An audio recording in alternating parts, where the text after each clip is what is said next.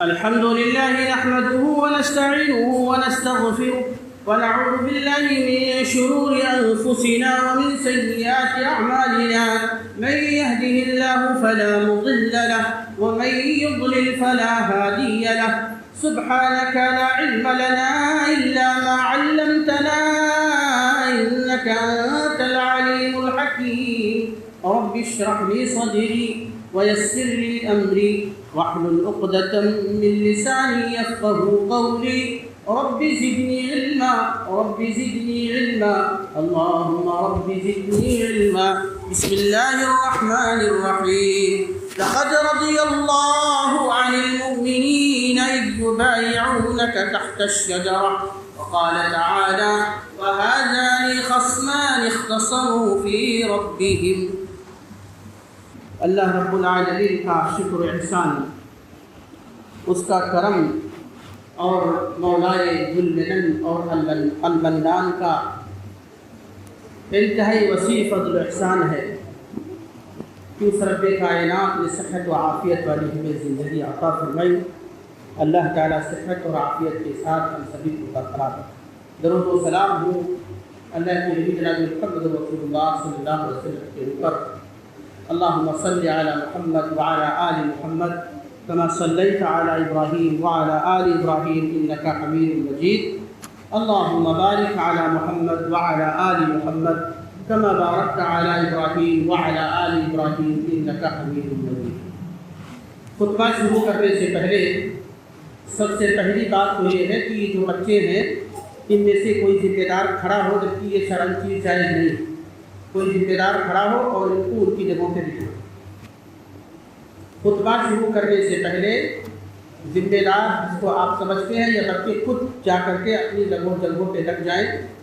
قطعاً کسی بھی صورت میں، چاہے بچہ ہو چاہے بوڑھا ہو یا جوان ہو، شریعت کے جو مسائل ہیں اس میں کسی بھی طرح کی کوئی چرا کوئی لیت اللہ نہیں ہوتی۔ اور یہ بات مجھے زیادہ زمانہ بیت گیا ہے یہاں چل کر آنے تک پہنچنے پر، کئی بار میں کہہ چکا ہوں اور یہ عادت ہے، میں ہر جگہ کہتا ہوں، کیونکہ ایک بات اگر اس پر عمل کر لیا جائے اور ہمارا وہی عمل اللہ کے یہاں قبول ہو جائے تو سب نیکیاں کرنے سے بہتر ہے۔ ایک نیکی اگر قبول ہو جائے تو بہت بڑی بات ہے۔ اللہ کے نبی صلی اللہ علیہ وسلم کی حدیث منبر سے سنائی جاتی ہے، آپ ہمارے معزز ہیں، آپ ہمارے سب سے افضل لوگ، آپ کی وقت آپ کی قدر و منزلت میں چھوٹا ہوں، میری نگاہ میں آپ بہت قیمتی سرمایہ ہیں، لیکن یہ بچے بھی کچھ قیمتی سرمایہ سے کم نہیں ہیں۔ بچے ہی انقلاب لاتے ہیں، بچے ہی جوان ہوں، بچے ہی قوم کو سدھارنے کا کام کریں گے، لیکن اگر یہ نہ سدھرے تو معاملہ دوسرا ہو سکتا ہے۔ اللہ کے نبی صلی اللہ علیہ وسلم کہتے ہیں کہ جب کوئی شخص جمعہ کا خطبہ سننے کے لیے آئے اور خاموشی کے ساتھ سنے، اتنی خاموشی کے ساتھ کہ اپنے پاس میں بیٹھے ہوئے کسی بھائی سے بھی کسی طرح کا اشارہ بھی نہ کرے، کیونکہ اگر اشارہ کرتا ہے تو اللہ کے نبی کہتے ہیں کہ اس کا جمعہ چلا گیا۔ اتنی تیاریوں کے بعد بندہ آتا ہے، نہاتا ہے، دھوتا ہے، خوشبو لگاتا ہے، جو کچھ اس کے پاس اچھے لباس میسر ہیں ان کو پہن کر کے آتا ہے، کیوں آتا ہے؟ اللہ کو راضی کرنے کے لیے، اپنی نماز یہ اللہ کے یہاں قبول ہو جائے، اور اگر یہی نہ قبول ہو تو ساری محنت بیکار۔ اس لیے یہ بچے دھیان سے سنو، کسی بھی طرح کی حرکت، یہ کون کہتے ہیں؟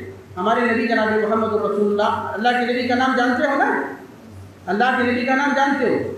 بہت عظیم حسین، اور نبی جو کچھ کہہ دے تو اس کا مطلب ہوتا ہے کہ اس کو فالو کرنا ہے، اس کے مطابق چلنا ہے، اس پر عمل کرنا ہے، بس اس کے خلاف ہم کچھ نہیں کر سکتے ہیں۔ اچھی بات ہے بچوں کا آنا اور ان کو ساتھ میں لانا، یہ بڑی لازمی چیز ہے، لانا چاہیے، لیکن یہ چھوٹی سی بات ہے، سمجھا دیا جائے کہ یہ مسجد ہوتی ہے، عام بیٹھک کی طرح سے نہیں ہوتی جہاں آپ وقت میں پڑھتے ہیں یا دوسری اور جگہ ہے، تو اس کا خیال رکھا جائے۔ مجھے یہی امید ہے کہ آئندہ بھی آپ سبھی جو بزرگان ہیں یہاں آؤ تو اس کا خیال رکھیں۔ بچوں کو تھوڑی سی تنبیہ ضروری ہے کہ یہ شور غل کی جگہ نہیں، بات چیت کی جگہ نہیں، ہم نہیں بات کر سکتے، بڑے بھی بات نہیں کر سکتے، تو چھوٹوں کو شریعت ایسی بھی اجازت نہیں ہے، اور مطلوب ہے کہ ہمارے جو چھوٹے ہیں ان کو دین کی باتیں ہم سکھائیں، ان کو بتائیں۔ بہرحال یہ بات کہ اللہ تعالیٰ ہر اچھی بات کرنے میں کرنے کی توفیق سے نوازے۔ اب آگے آج کا جو خطبہ جمعہ ہے وہ حضرت علی رضی اللہ تعالیٰ عنہ کی فضیلت ہے۔ حضرت علی رضی اللہ تعالیٰ عنہ کون ہے؟ تو سیدھے سے الفاظ میں ہم یوں کہہ سکتے ہیں کہ نبی اکرم صلی اللہ علیہ وسلم کے ساتھ میں جو ان کے ساتھی ہوتے تھے ان کو کہا جاتا ہے صحابہ۔ صحابہ کا مطلب یہ ہوا کہ نبی صلی اللہ علیہ وسلم کے لیے آپ کے حق میں اپنا سب کچھ قربان کر دینے والے، اسلام کی خاطر اپنا جان و مال لٹا دینے والے، اللہ کے نبی صلی اللہ علیہ وسلم کو کسی بھی طرح کی کوئی تکلیف اگر دوسرے کی طرف سے پہنچتی ہے تو اس تکلیف کو دور کرنے کی کوشش کرنے والے انہی کو کہا جاتا ہے صحابہ۔ صحابہ میں سے بہت سارے صحابہ ایسے ہیں جن کو اللہ کے نبی صلی اللہ علیہ وسلم نے اللہ تعالیٰ کے کہنے کے حساب سے جنت کی خوشخبری دنیا ہی میں دے دی ہے۔ انہی میں سے حضرت علی رضی اللہ تعالیٰ عنہ بھی۔ حضرت علی رضی اللہ تعالیٰ عنہ صحابہ میں سے ایک اہم صحابی ہے۔ حضرت علی رضی اللہ تعالیٰ عنہ عشرہ مبشرہ بالجنہ میں سے نبی اکرم صلی اللہ علیہ وسلم نے 10 لوگوں کا نام لے کر کے ایک وقت بتلایا تھا کہ فلاں تم جنتی ہو، فلاں تم جنتی ہو، فلاں تم جنتی ہو۔ انہی میں سے حضرت علی بن ابی طالب رضی اللہ تعالیٰ عنہ بھی ہیں۔ نبی صلی اللہ علیہ وسلم نے کہا تھا علی تم جنتی ہو، اللہ تعالیٰ نے بتلایا ہے علی تم جنت کے اندر جاؤ گے۔ علی رضی اللہ تعالیٰ عنہ خلفائے راشدین میں سے ہیں۔ بچے بھی جانتے ہوں گے خلفائے راشدین، یہ سنو، یہ سب سنو دھیان سے، جمعہ پڑھنے آئے ہو نا، یہ سب دھیان سے سنو۔ خلفائے راشدین، خلفائے اربعہ، اسلام کے اندر ہونے والے 4 خلیفہ، 4 خلیفہ، ابو بکر، عمر، عثمان، علی۔ علی رضی اللہ تعالیٰ عنہ چوتھے خلیفہ ہیں جن کو محقق طور پر یہ کہہ دیا جاتا ہے کہ آخری خلیفہ علی رضی اللہ تعالیٰ عنہ۔ ہمارے یہاں جو 4 خلیفہ اللہ کے نبی صلی اللہ علیہ وسلم کی وفات ہو جانے کے بعد متعین کیے گئے، ان میں سے چوتھے خلیفہ، آخری خلیفہ کا نام کیا ہے؟ حضرت علی بن ابو طالب رضی اللہ تعالیٰ عنہ۔ انہی علی بن ابی طالب رضی اللہ تعالیٰ عنہ کے بارے میں کچھ بتانے کے لیے ضلعی جمعیت اہل حدیث نے آپ کے گاؤں اچل پور میں ہمیں مکلف کیا ہے۔ آئیے کچھ باتیں ان کے تعلق سے سننے کی کوشش کریں۔ خلاصہ یہ ہے علی رضی اللہ تعالیٰ عنہ کے حوالے سے کہ آپ رضی اللہ تعالیٰ عنہ جنت کی بشارت اور خوشخبری پانے والے خوش نصیب صحابہ میں سے ایک ہیں۔ علی رضی اللہ تعالیٰ عنہ صحابہ میں سے ایک ہیں جو غزوہ بدر میں شریک ہوئے۔ اسلام اور کفر کے درمیان جو پہلا غزوہ، پہلی جنگ، پہلی لڑائی ہوتی ہے، اس لڑائی کا نام ہے بدر۔ اور بدر کے غزوے میں جو بھی شریک ہوا، اللہ تعالیٰ نے ان کے بارے میں فرمایا کہ یہ 313 صحابہ جو بدر کے میدان میں شریک ہوئے، انہوں نے حصہ لیا، چاہے وہ شہید ہوئے نہ شہید ہوئے۔ اللہ تعالیٰ نے ان کے بارے میں فرمایا کہ میں نے بدر میں شریک ہونے والے سارے صحابہ کے گناہوں کو بخش دیا ہے، سب جنتی، سارے بدری صحابہ کے گناہوں کی بخشش اور مغفرت میں نے فرما دی ہے۔ علی رضی اللہ تعالیٰ عنہ بدر کے میدان میں شریک ہوئے، بدر کی جنگ میں شریک ہوئے۔ علی رضی اللہ تعالیٰ عنہ احد میں بھی شریک ہوئے۔ احد کے اندر جب شریک ہوئے، پہلے سے مشہور ہے علی رضی اللہ تعالیٰ عنہ کی بہادری، علی کی شجاعت، علی کی جوامردی، علی کی حق گوئی، علی کی بیباکی۔ اللہ کے نبی جناب محمد رسول اللہ صلی اللہ علیہ وسلم کے داماد خاص ہیں۔ آپ کی بیٹی فاطمہ الزہرا رضی اللہ تعالیٰ عنہ کے شوہر نامدار ہیں، وہ فاطمہ رضی اللہ تعالیٰ عنہ جن کے بارے میں نبی کائنات صلی اللہ علیہ وسلم ارشاد فرماتے ہیں کہ جنت کے اندر میری یہ بیٹی، میری یہ نور نظر، میری یہ لخت جگر فاطمہ جنتی عورتوں کی سردار بنائی جائے گی۔ اس جنتی عورت، اس جنتی سردار کے شوہر ہیں حضرت علی رضی اللہ تعالیٰ عنہ۔ آپ رضی اللہ تعالیٰ عنہ نبی کریم جناب محمد رسول اللہ صلی اللہ علیہ وسلم کے نواسان حسن اور حسین کے ابو ہیں۔ حسن اور حسین جن کے بارے میں اللہ کے نبی صلی اللہ علیہ وسلم نے فرمایا کہ حسن اور حسین جنت کے 2 پھول ہیں۔ حسن اور حسین کو جو تکلیف پہنچائے گا اس نے مجھے تکلیف پہنچائی، حسن حسین سے جو محبت کرے گا گویا اس نے مجھ سے محبت کی۔ اور حسن اور حسین جنتی نوجوانوں کے سردار ہوں گے۔ اماں جنتی عورتوں کی سردار فاطمہ اماں ہے اور ان کے باپ ہیں علی، اور یہ نوجوان سردار ہوں گے جنت کے اندر جانے والے سبھی نوجوانوں کے۔ تو نوجوانوں کے سردار کے والد ہے علی، اور جنتی عورتوں کی سردار کے شوہر ہیں حضرت علی رضی اللہ تعالیٰ عنہ۔ کون ہے علی رضی اللہ تعالیٰ عنہ؟ اللہ کے نبی صلی اللہ علیہ وسلم نے اپنے داماد خاص، اپنے چچیرے بھائی ابو طالب کے بیٹے ہیں علی، اس حساب سے یہ آپ صلی اللہ علیہ وسلم کے چچا زاد ہوئے، چچا کے بیٹے، آپ کے بھائی۔ ان کے بارے میں اللہ کے نبی صلی اللہ علیہ وسلم نے فرمایا کہ علی تم رنج نہ کرو، تبوک کا موقع ہے، غزوے میں شریک ہونے کے لیے سبھی صحابہ کے بارے میں آپ صلی اللہ علیہ وسلم نے چونکہ اعلان کر دیا تھا کہ بڑی دور جانا ہے، جہاد کے مورچے پہ نکلنا ہے، تبوک کی سرزمین کو روانہ ہونا ہے اور ایک لشکر جرار سے ہمارا مقابلہ ہونا ہے۔ اس لیے مدینے کے اندر اس وقت جو بھی موجود ہے، جن کے پاس کوئی بیماری نہیں ہے، جن کے پاس کوئی عذر نہیں ہے، جنہیں کوئی تکلیف نہیں ہے، عورتوں اور بچوں کے علاوہ ہر شخص کی ذمہ داری ہے کہ تبوک کی اس لڑائی میں شریک ہو، حصہ لے۔ اسی موقع پہ اللہ کے نبی صلی اللہ علیہ وسلم نے حضرت علی رضی اللہ تعالیٰ عنہ کو جنگ میں جانے سے روک دیا تھا۔ علی رضی اللہ تعالیٰ عنہ بہت بڑے شجاع، بہت بڑے بہادر، بہت بڑے لڑاکو انسان تھے۔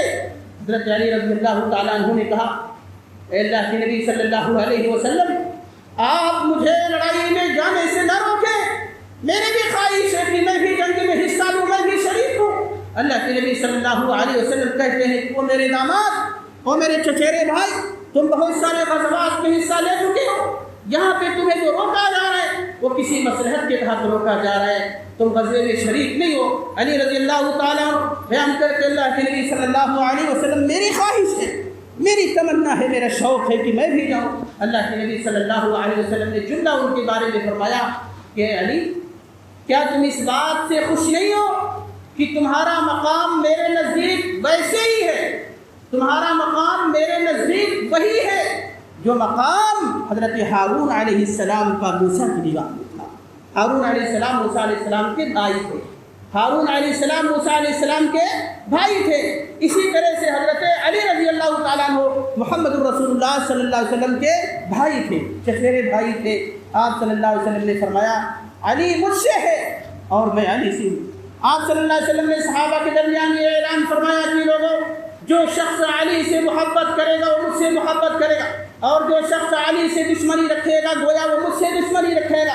اللہ کے نبی صلی اللہ علیہ وسلم نے فرمایا، لوگوں تم علی سے محبت رکھو، اس لیے کہ علی اللہ تعالیٰ علی سے محبت کرتا ہے، اور جو شخص علی سے محبت نہیں کرے گا وہ منافق ہے، منافق۔ حضرت علی رضی اللہ تعالیٰ عنہ خود کہتے ہیں کہ نبی کائنات صلی اللہ علیہ وسلم نے میرا نام لے کر کے بیان فرمایا کہ علی سے محبت رکھنے والا کامل ایمان والا بندہ ہوگا، مومن کامل ہوگا جو علی سے محبت کرے گا، جو علی کو چاہے گا، اور جو شخص علی کو نہیں چاہے گا وہ منافق ہوگا، کذاب ہوگا، جھوٹا ہوگا۔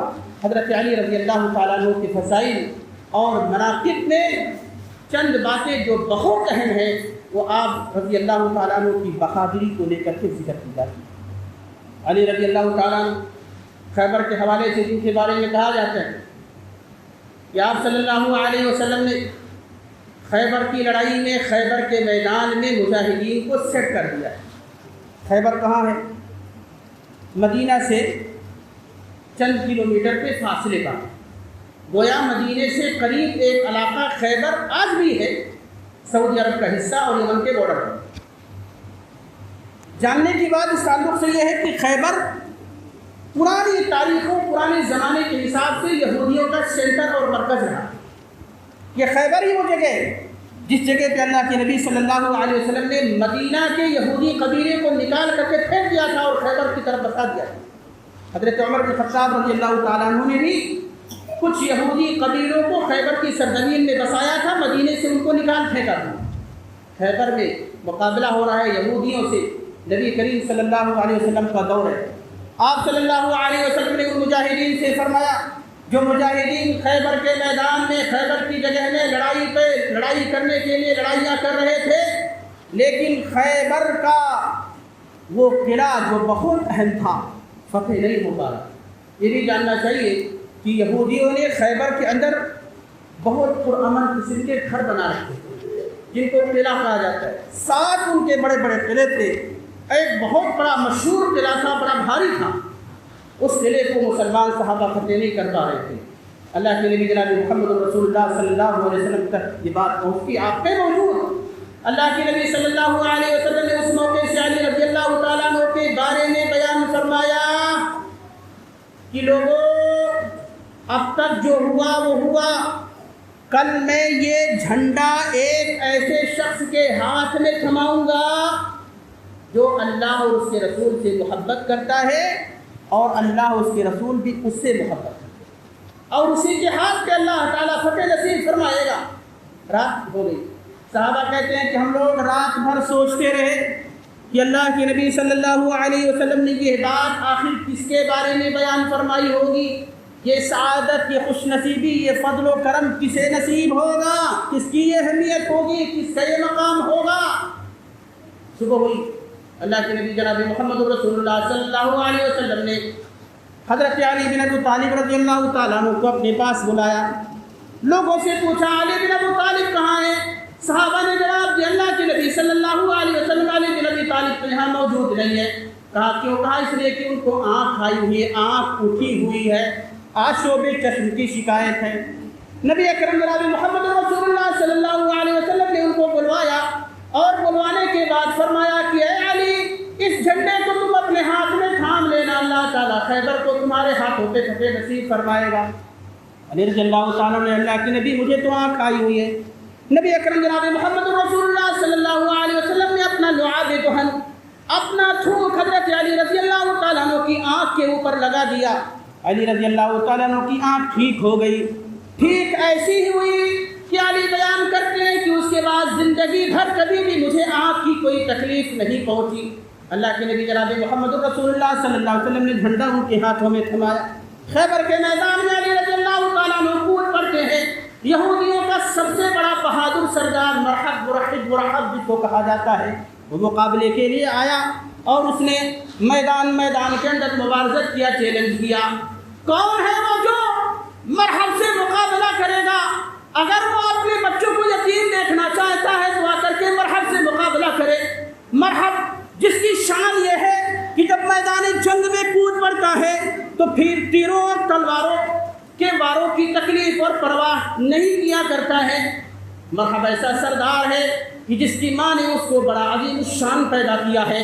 حضرت علی رضی اللہ تعالیٰ عنہ فوراً اس چیلنج کو قبول کرتے ہیں اور آگے آ کر کے کہتے ہیں انا الذی سمتنی امی حیدرہ کلیث غابات، کہا میری ماں تو وہ ہے کہ میری ماں نے مجھے میرا نام حیدر رکھا ہے، مقابلہ کرنا ہے تو مقابلے کے لیے آؤ۔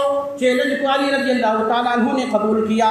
مرحبا آگے آتا ہے، حضرت علی رضی اللہ تعالیٰ عنہ اپنی تلوار سے اس کے پیر پر مارتے ہیں، پیروں کے بل وہ زمین پر گر جاتا ہے اور ایک دیوار میں حضرت علی کرم اللہ وجہہ رضی اللہ تعالیٰ عنہ مرحب کو کیفر کردار تک پہنچا دیتے ہیں، اسے قتل کر دیتے ہیں۔ اللہ اکبر کی صدا بلند ہوتی ہے، یہودیوں کا سب سے بڑا سردار خیبر کے میدان میں مار دیا جاتا ہے۔ مسئلہ آتا ہے قلعہ قموس جو سب سے بڑا قلعہ ہے، اس کا گیٹ بڑا ہیوی ہے، گیٹ ہیوی، لوگ ہیوی گیٹ لگواتے ہیں، ہیوی لوگ تھے، وہ ہیوی گیٹ، بھاری گیٹ، وزنی گیٹ لگوا کے رکھا ہے۔ اس گیٹ کو اکھاڑنے کی بات آتی ہے، بہت سارے صحابہ مل کر کے اس گیٹ کو اکھاڑنے کی کوشش کرتے ہیں، لیکن وہ گیٹ ٹس مس میں ہو رہا ہے۔ علی رضی اللہ تعالیٰ عنہ آئے اور حضرت علی رضی اللہ تعالیٰ عنہ نے اس گیٹ کو اپنے بازوؤں میں لیا اور ایک ہی جھٹکے کے اندر اس گیٹ کو قلعہ سے اکھاڑ کر کے پھینک دیا۔ اللہ اکبر کی صدا بلند ہوتی ہے، اس لیے ان کو حیدر کہا جاتا ہے، حیدر کرار کہا جاتا ہے، بہادر عظیم کہا جاتا ہے۔ ہجرت ہوئی ہے، کسی کی ہمت نہیں، نبی کریم صلی اللہ علیہ وسلم کی بستر مبارک پر علی لیٹے ہیں، اللہ کے نبی صلی اللہ علیہ وسلم کی ہجرت ہو رہی ہے، صبح ہو رہی ہے کہ کافر کہتے ہیں، سوچتے ہیں کون ہے جو بستر پہ لیٹا ہے، ابھی جا کر کے کام تمام کرنے کے محمد ہوگا۔ جا کر کے چادر کو ان کے چہرے سے ہٹایا، حضرت علی رضی اللہ تعالیٰ عنہ کا چہرہ نکلا، کہا علی تم، کہا میں، کہا ہمیں جس کی تلاش ہے محمد وہ کہاں گیا؟ کہا محمد کہاں گیا؟ ہم اس کے بارے میں کیا جانیں؟ میں یہ جانتا ہوں کہ ہمارے محمد رسول اللہ صلی اللہ علیہ وسلم نے مجھے یہ حکم دیا ہے کہ علی، مکے والوں کی امانتیں جو ان کے پاس رکھی ہوئی ہیں، امانت کو ان کے حوالے کر دینا اور پھر تم بھی مدینہ چلے آنا۔ بس میں بھی مدینہ جاؤں گا، ہجرت کروں گا۔ کہا وہ کہاں ہے؟ کہا کہاں ہے یہ نہیں پتا ہے، لیکن اللہ کے نبی صلی اللہ علیہ وسلم نے حکم دیا ہے، ہاں یہ پتا ہے کہ جو مجھ سے مقابلہ کرنا چاہتا ہے آ کر کے مقابلہ کر لے، اگر کسی کے اندر مجھ سے لڑنے بھڑنے کی ہمت ہے تو آ کر کے لڑائی بھڑائی کر لے، کسی کے بس کی بات نہیں تھی، اسی لیے اللہ کے نبی صلی اللہ علیہ وسلم نے ایسی شجاع، ایسی بہادر، ایسی عظیم شخصیت ہستی کو اپنے بستر خاص پر لٹایا تھا۔ آپ کے داماد خاص بھی ہیں، چچیرے بھائی بھی ہیں، اللہ کے نبی جناب محمد الرسول اللہ صلی اللہ علیہ وسلم کی کفالت میں رہنے والے صحابی علی ہیں۔ اللہ کے نبی صلی اللہ علیہ وسلم نے زندگی کے آخری اوقات تک حضرت علی رضی اللہ تعالیٰ عنہ کی پرورش کفالت کی ہے اور ان کو اپنی تعلیم و تربیت کے سائے تلے رکھا ہے۔ بہرحال یہ وہ علی ہیں جن علی کا مقام و مرتبہ سوچا جائے تو سوچنے سے بھی بلند و بالا ہے۔ اللہ کو سے دعا ہے کہ علی رضی اللہ تعالیٰ عنہ جیسے شجاع اور بہادر آج بھی ہم مسلمانوں کی صفوں میں پیدا کر کفر جو دندناتے ہوئے پھر رہے، ایک نئے دن خاتمہ ہے۔ وَقُلْ جَاءَ الْحَقُّ وَزَهَقَ الْبَاطِلُ إِنَّ الْبَاطِلَ كَانَ زَهُوقًا۔ حیران و پریشانی، ہراساں اور ڈر کا جو ماحول پیدا کیا جا رہا ہو چکا ہے، اللہ رب العالمین اس ماحول کے دھارے کو موڑ دے اور ہماری قوموں کے اندر یہ جو بچے ہیں کل کو جوان ہوں گے، انہی جوانوں کے اندر خالد ابن ولید، سلطان صلاح الدین ایوبی، محمد بن قاسم، علی حیدر رضی اللہ تعالیٰ عنہ جیسے اشخاص پیدا فرما جو اسلام کی تعلیمات کے مطابق پرچار اور پرسار کرنے کی کوشش کریں، صحیح اسلام لوگوں کے دلوں تک پہنچانے کی کوشش کریں۔ الہ العالمین ہمیں اسلام کو پر قائم دائم رکھ، ہمارے نوجوانوں کو صحیح تربیت کے ساتھ میں ڈھالتا رہا، ہماری بناتے اسلام کی حفاظت فرما۔ الہ ہم میں سے جو لوگ بیمار ہیں ان بیماروں کو فوری طور پر شفا کامل نصیب فرما۔ الہ العالمین مریضوں کو شفا عطا فرما۔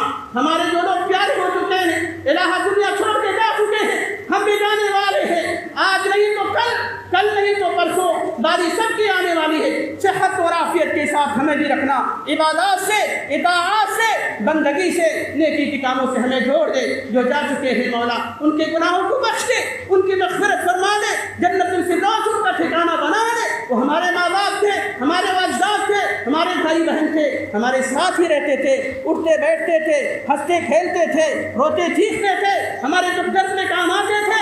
ہم جہاں رہتے اسی مسکن میں وہ بھی رہتے تھے، ہم جو کھانا کھاتے اسی کھانے میں سے وہ بھی کھاتے تھے۔ آج ہمارے درمیان نہیں ہے، الہ العالمین ان کو تو بخش دے، انہیں جنت الفردوس میں جگہ نصیب فرما۔ آمین وآخر دعوانا الحمدللہ رب العالمین۔ ان اللہ وملائکتہ یصلون علی النبی یا ایھا الذین آمنوا صلوا علیہ وسلموا تسلیما۔ اللهم صل علی محمد وعلى آل محمد كما صليت على ابراہیم وعلى آل ابراہیم انك حمید مجید۔ اللهم بارک علی محمد وعلى آل محمد كما باركت على ابراہیم وعلى آل ابراہیم انك حمید مجید۔